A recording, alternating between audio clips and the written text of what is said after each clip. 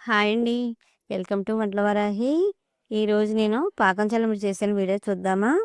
Ration బియ్యాన్ని తీసుకుని ముందు రోజు రాత్రి మనం మంచినీళ్ళు తాగుతాం కదా! భోజనాల దగ్గర తిని ఆ గ్లాసుతోటి గ్లాసుడు బియ్యం అండి కడిగి మూత పెట్టి ఉంచుకున్నాను.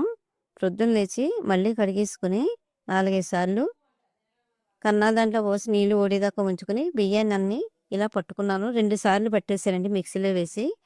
పిండంతా 2 సార్లు సరిపోయింది నాకు. ఇలా ఆరిపోకుండా పిండిని వేళ్ళతో అదిమి పట్టి ఉంచాలి. ఇప్పుడు దీని మీద మూత పెట్టేసుకొని పాకానికి రెడీ చేసుకోవాలి. ఏదైనా సరే ఇత్తడి గిన్నె గానీ, ఇలాంటి పాత్ర గానీ పెట్టుకోవాలి. దళసరిగా ఉండాలి.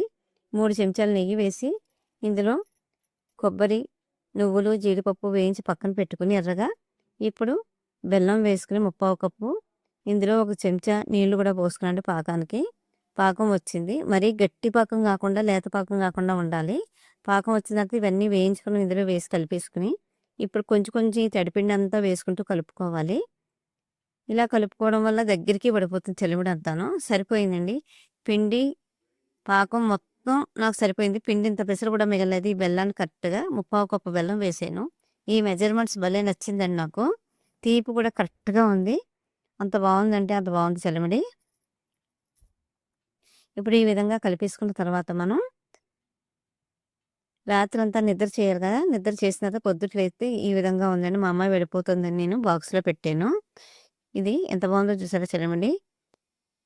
ఈ వీడియో నచ్చిందా అండి? Like, share, subscribe. Thanks for watching.